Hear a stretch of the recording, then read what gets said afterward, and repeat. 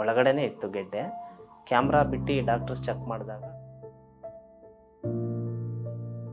ಸರ್ಜರಿಗೆ suggestion ಮಾಡಿದ್ರು. Okay ಪರವಾಗಿಲ್ಲ ಅಂತ ಹೇಳಿದ್ರು. ಸ್ವಲ್ಪ ಟ್ಯೂಮರ್ ದೊಡ್ಡದಾಗೇ ಇದೆ, ಜಾಸ್ತಿನೇ ಇದೆ, 5 ಸೆಂಟಿಮೀಟರ್ ತನಕ ಇದೆ ಅಂತ. ಪೇಷಂಟ್ ಬಸವರಾಜು ಅಂತ, ನಾನು ಅವ್ರಿಗೆ ಅಳಿಯ ಆಗಬೇಕು. 65 ಇಯರ್ಸ್ ಅವ್ರಿಗೆ. 3 ತಿಂಗಳು ಮುಂಚೆ ಗೊತ್ತಾಯ್ತು ಇವ್ರಿಗೆ. ಅವ್ರಿಗಿರೋದು ಥ್ರೋಟ್ ಕ್ಯಾನ್ಸರು. ಗಂಟ್ಲು ಕಟ್ಕೊಂಡಿತ್ತು, ವಾಯ್ಸ್ ಮಾತಾಡೋಕ್ಕಾಗ್ತಿರ್ಲಿಲ್ಲ. ಆವಾಗ ಡಾಕ್ಟರ್ಗೆ ತೋರಿಸಿದಾಗ ಸ್ಕ್ಯಾನಿಂಗ್ ಎಲ್ಲ ಬಂದಾಗ ಕ್ಯಾನ್ಸರ್ ಅಂತ ಗೊತ್ತಾಯ್ತು ಅವ್ರಿಗೆ. ಮತ್ತು ಸ್ಮೋಕಿಂಗ್ ಮಾಡ್ತಾಯಿದ್ರು, ಎಸ್ಪೆಷಲಿ ಬೀಡಿ ಜಾಸ್ತಿ ಸ್ವಲ್ಪ ಯೂಸ್ ಮಾಡ್ತಾಯಿದ್ರು. ಅದರಿಂದ ಆಯಿತು ಅಂತ ಡಾಕ್ಟರ್ಸ್ ಎಲ್ಲ ಹೇಳಿದ್ರು. ಅದೇನು ತಗೋತಿರ್ಲಿಲ್ಲ ಬೀಡಿ.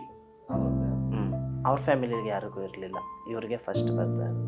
ಅವ್ರಿಗೆ 3 ಸೈಕಲ್ಲು ಕೀಮೋಥೆರಪಿ ಪ್ಲಸ್ ಇಮ್ಯುನೋಥೆರಪಿ ಅಂತ ಕೊಡಿಸಿದ್ವಿ.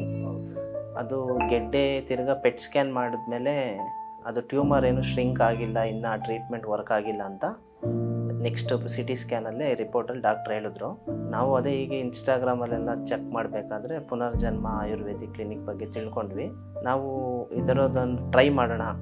45 ಡೇಸ್ ಟ್ಯಾಬ್ಲೆಟ್ಸ್ ಕೊಟ್ಟಿದ್ದಾರೆ, ನೋಡೋಣ ಏನಾಗುತ್ತೆ ನೆಕ್ಸ್ಟ್ ಗೊತ್ತಾಗುತ್ತೆ ಸರ್. ಅವರು ಸ್ವಲ್ಪ ಗಟ್ಟಿ ಪದಾರ್ಥ ತಿನ್ನೋಕ್ಕಾಗಲ್ಲ, ಯಾಕಂದರೆ ಇಲ್ಲಿ ಟ್ಯೂಮರ್ ಇರೋದ್ರಿಂದ. ಅದೇ ಸ್ವಲ್ಪ ಕೀಮೋ ಕೊಟ್ಟಾಗ ಅವ್ರು ಸುಸ್ತಾಗ್ತಾರೆ ಒಂದು 10 ಡೇಸು. ಅದು ಬಿಟ್ಟರೆ ಕೆಮ್ಮು ಲೈಟಾಗಿ ಸ್ವಲ್ಪ ಕೆಮ್ಮು ಬರ್ತಾ ಇರುತ್ತೆ, ಅದು ಇಷ್ಟಿದೆ. ಕೂದಲು ಮಾಮೂಲಿ, ಅದು ಯೂಶ್ವಲಿ ಉದ್ರೋಗ್ಬಿಟ್ಟಿದೆ ಕೀಮೋ ಆಫ್ಟರ್ ಕೀಮೋ. ಓಡಾಡ್ತಾರೆ, ಎಲ್ಲ ಮಾಡ್ತಾರೆ, ಓಡಾಡೋದು ಅವೆಲ್ಲ ಏನೂ ಇದಾಗಲ್ಲ. ಸ್ವಲ್ಪ ಸುಸ್ತಾಗುತ್ತೆ. ಇಲ್ಲ ಒಳಗಡೆನೇ ಇತ್ತು ಗೆಡ್ಡೆ. ಕ್ಯಾಮ್ರಾ ಬಿಟ್ಟು ಡಾಕ್ಟರ್ಸ್ ಚೆಕ್ ಮಾಡಿದಾಗ ಗೊತ್ತಾಯಿತು ಅದು ಈ ಸೈಡ್ ಇದೆ, ರೈಟ್ ಸೈಡಲ್ಲಿದೆ. ಸರ್ಜರಿಗೆ ಸಜೆಷನ್ ಮಾಡಿದ್ರು, ಮಾಡಬೇಕಾಗುತ್ತೆ ಅಂತ. ಇನ್ನೂ 100% ಕ್ಲಾರಿಟಿ ಹೇಳಿರಲಿಲ್ಲ. ಅಷ್ಟರಲ್ಲಿ ನಾವೇನು ಮಾಡಿದ್ವಿ, ಇದ್ರ ಬಗ್ಗೆ ತಿಳ್ಕೊಂಡ್ವಿ. ಇಲ್ಲೇ ಒಂದು ಟ್ರೈ ಮಾಡೋಣ ಅಂತ ಬಂದಿದ್ವಿ. ಪೇಷಂಟು ಕಂಡೀಷನ್ ನೋಡಿದ್ರು, ಅವ್ರ ಮಾತು, ಅವ್ರ ಚಟುವಟಿಕೆ ಎಲ್ಲ ನೋಡಿದ್ರು.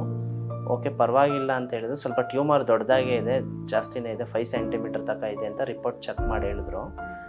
ಬಟ್ 45 ಡೇಸ್ ಆದಮೇಲೆ ನೆಕ್ಸ್ಟ್ ರಿವ್ಯೂ ಮಾಡ್ತೀವಿ ಅಂತ ಹೇಳಿದ್ದಾರೆ. ನಮಗೂ ಅದಾದಮೇಲೆ ಗೊತ್ತಾಗುತ್ತೆ.